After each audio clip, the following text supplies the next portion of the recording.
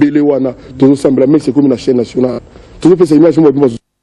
C'est-à-dire, moi, je suis comme ça. Il y a un peu de gens qui ont fait l'hôpital, comme un mimi qui c'est toujours là que c'est dans Monguna, que tout ça, c'est une solution, tout se remettre à Dieu. Alors que je vais un reportage, parce que ça va se faire, sur la côte à côte, ils vont s'entraîner, char de combat, non, et puis les lois. Tout va prier à quoi, Balingambo, nous sommes à Goma. Tout qui est là, tout va bailler, Kimi Bangotu. Et ça, c'est un mot tiré. La prière peut et ça les logotés. Il faut plutôt tirer ma conclusion. Tout ça, la paix, autocritique, na biso. Évidemment. L'autre jour, on a fait un mot comme on Hollanda. Magamuka, Bajar, Magamu, Congo, la paix, les gars. Parce qu'il ne suffit pas il faut agir aussi. Nogo Lushima. Bon, oh, Américain, on va dire, oh, boy, vraiment, Moro, ya biso, boy, raboy, azoloba. Lelo na tongo na la mukina avant la mission Nathalie na monde ambassadeur ya ba britannique ba bengiye ba yambiye pona mape bona bo. Heureusement que tu as le makamona lingala. Imaginez ce que ba américain parce que ba américain ba taxer ba voleur. Et puis obligé à tous na ba diamant wa ndenge nini. Soko binisa la grosse $100. Au lieu de $100, on a tout mon côté. Le monsieur, il y a 30. Pourquoi? Parce qu'il faut son baba pareil, il faut travailler, il faut pas qu'il y ait un purifier en haut, mais quand même belé. Et c'est normal. Alors, comme monsieur Tolo Bango, la chaîne de la RTNC, comme qu'il me soit permis de dire, ils ont l'homme sous responsabilité. Donc, Américain, vous avez on a vu ça. Pourquoi tu sautes dessus? Pourquoi l'autre bien à Segoba, et puis dans le bac sur le Kamasukawa, mieux vaut aux ennemis là-bas Australien, là-bas Venezuela, qui n'a pas voisin, n'a pas 9 autres à la Bango. Et nous, Golobanini, ceux qui sont en bonne entente, na Rwandais, nous les M23 ne côté, na loba li kama ba taxer ngade, on nous trahir moka. Et nous Golobanini, na so na zaki pena na parole na mbogo na ngalo ba premier mouton na ke no mona ye, na telemi Kagame. Na qui n'est pas Kagame et débiso contre ba M23. Na yoka siko position na. Ngala ngala loba dingwana. Parce que ya so loba aïbe logoté et allié te. Alors to kepa na ye yo et débiso. Mais tant que tu vas dans le Rwanda, il y a une solution. Bon, ce n'est plus le discours. Je crois que. On a le bio, il n'y a pas si on a en tant que Congolais, pas si on a un Makamo. C'est déjà une montre, il y a besoin de battre. Toujours les cas côté de l'intelligence, quoi. Voilà. Ok, mais je crois que les 3 présidents dont les pays sont membres de la région des Grands Lacs, Kagame, du Rwanda, Yoweri Museveni de l'Ouganda et Joseph Kabila Kabange de la RDC, Kutanaki, il faut pour la solidarité. Le président Rwanda a quitté. La campagne latine, le ministre des Affaires étrangères, Madame Wana, Monsiwana. Non, avec l'image de l'accès qui est à cause aussi parce que des images sont là, à Kampala, et puis c'était en présence d'un émission. Mais on a souhaité, en tant que Congolais, qu'il me soit permis dans le bas, on a souhaité que ceux qui me voient. Quand il communiqué final, les alliés ministres des Affaires étrangères. Quand il communiqué final. Mais Azalaki, communiqué final, Azalaki lu, c'est normal. Le communiqué final a été lu par Madame la ministre des Affaires étrangères du Rwanda. C'était normal. Et dans le communiqué final. Voilà. Alors pour mieux que ça, on a un conseiller pendant que on a idée que on a besoin qu'il y ait un Kagame yo ebi makambo te no lobi ya on a yiko senga na yo o aider biso na bato ya M23 et que soni zapi soni ezali wapi vous êtes que angolais ba Congo Brazzaville et puis tous a 3 colonies belges Burundi Rwanda Congo français bazo ba Côte d'Ivoire ba Sénégal. Pourquoi pas tous en amont entente particulière biso toi? Donc c'est très nécessaire. Voilà. C'est très nécessaire. Oh ba yibiso ba or ya kuna to so tous na 100% ya or. Bango ba yibiso ne ba lobaga 5%. Ba développer mboko na ba. Pour tous ka Rwanda penezo kenda. Soko biso to na 95% tikali. To salini.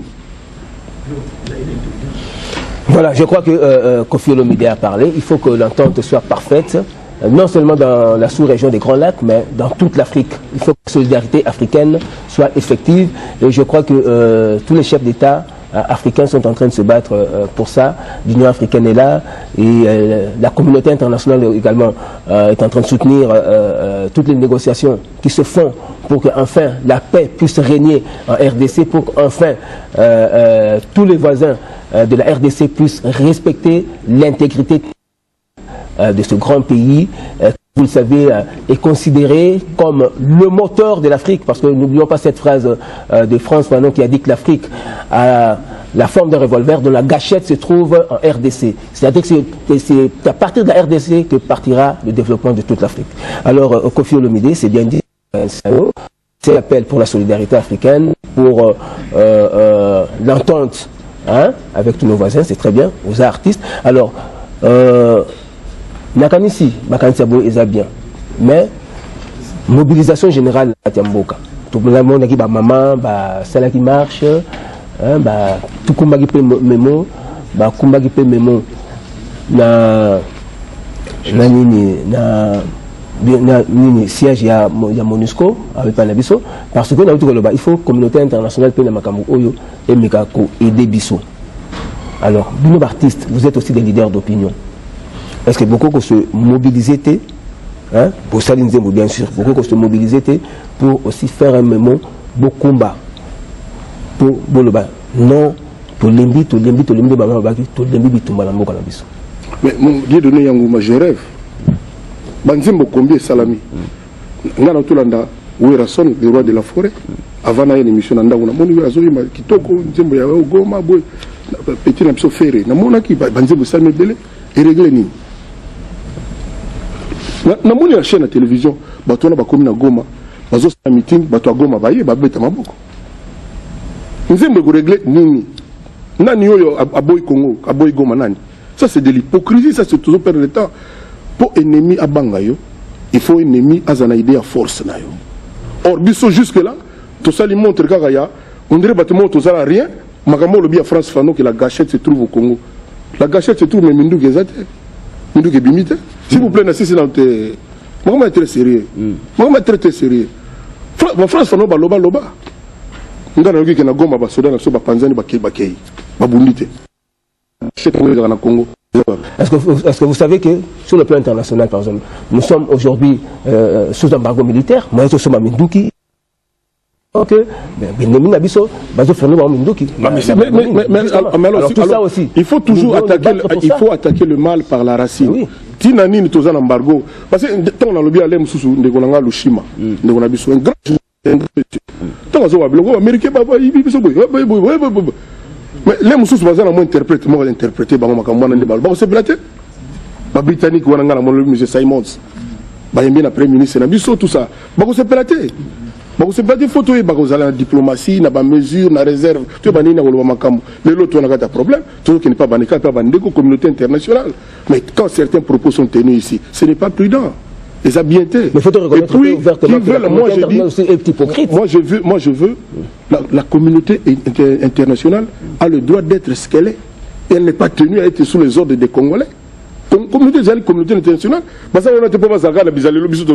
oui, mais ah ben voilà.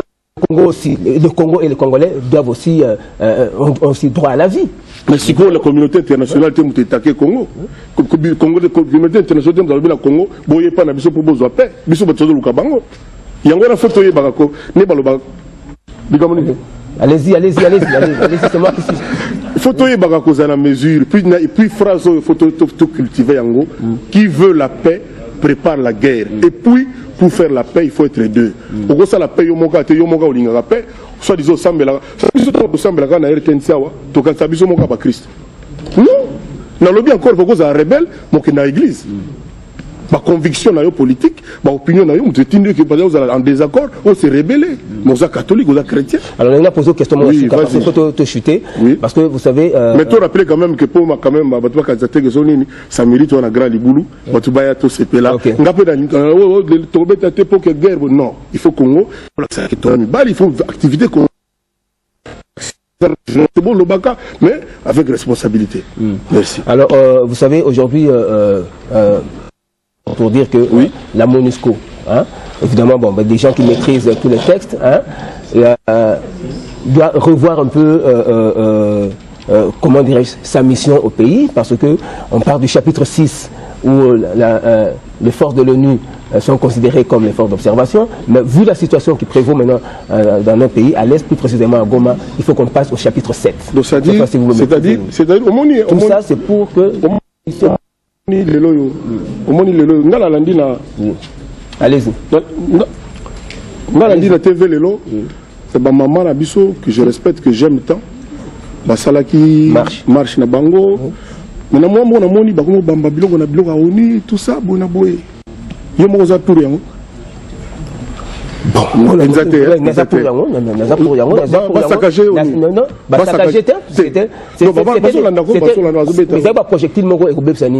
c'est bien, c'est une réaction normale parce que tu vas sentir que MONUSCO ils ont joué un rôle dans bien dans la Katamboka. C'est une réaction normale. Est-ce que moi je me pose la question, est-ce que Bato ONU on débat remplacer Basoda na à faire FARDC? Mais pourquoi leur présence ici alors? Ceux qui pour nayoki ba maman na muso apesi idée o to cotiser mbongo na ONU ceux qui boyer to cotiser soute ça dit ceux qui à peu près. Allez-y, on va finir maintenant parce que c'est le temps. Allez, on va finir. Allez-y. Il faut te belo to lingi. Il faut te belo to. Yo kanti que so biso to longa na ONU au perdre ni. Et puis il ne faut pas tout comme la bande de Gaza. Impuissant. C'est-à-dire, moi ça me fait penser à les Israéliens entourés par Bani Lebele, mais salarié. Congo est puissance, il ne faut pas battre le pays faible. Et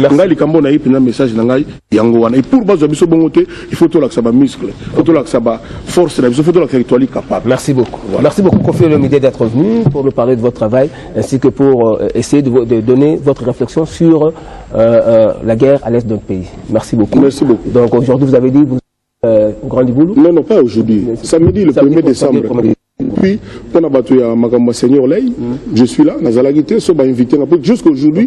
Tant que le big va décorer, il a été mouton invité à Zati. So ba invité, pourquoi pas? Merci beaucoup. Merci alors, nous souhaitons un bon dimanche à Mami Kinzamba, au couple du professeur Ndoma et de maman Bébé Pinzi, qui ont fêté dernièrement l'anniversaire de leur mariage. Merci à vous, chers téléspectateurs, de votre particulière attention. Merci également à vous, Kofi Olomide, d'avoir bien voulu répondre à notre invitation. Au revoir, portez-vous bien. Rendez-vous dimanche prochain pour un autre numéro de Caribou. Ciao.